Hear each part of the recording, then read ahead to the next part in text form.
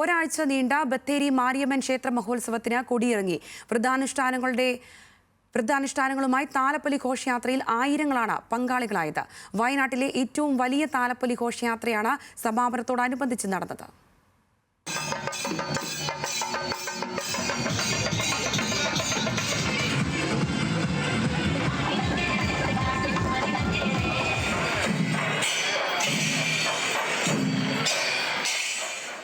വയനാടിന്റെ വിവിധ ഭാഗങ്ങളിൽ നിന്ന് താലവുമായി എത്തിയ സ്ത്രീകളും കുട്ടികളും അടങ്ങുന്ന ഭക്തജന സംഘം ബത്തേരി മഹാഗണപതി ക്ഷേത്രത്തിൽ സംഗമിക്കുകയും തുടർന്ന് ദേശീയപാത വഴി ബത്തേരി ചുങ്കം പോലീസ് സ്റ്റേഷൻ റോഡ് ചുറ്റി മാരിയമ്മൻ ക്ഷേത്രത്തിലെത്തി താലസമർപ്പണം നടത്തി.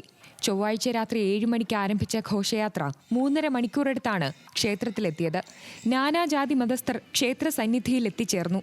ഗജവീരന്മാർ, ദേവവേഷങ്ങൾ, കരകം, കാവടി, പാണ്ടിമേളം, പഞ്ചവാദ്യം, നാദസ്വരം, ടാബ്ലോ, കൈകൊട്ടിക്കളി എന്നിവ താലപ്പൊലി ഘോഷയാത്രയ്ക്ക് അകമ്പടിയേകി.